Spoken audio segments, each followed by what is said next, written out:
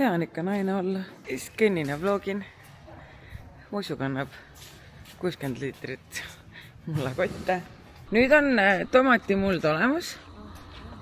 Aga sellega saab panna ju neid teisi asju ka, see tomati ja köögivill. Ehk siis saab selle basiiliku panna. Aga paneme seemneb mulda ja siis mingit tuleb istutada.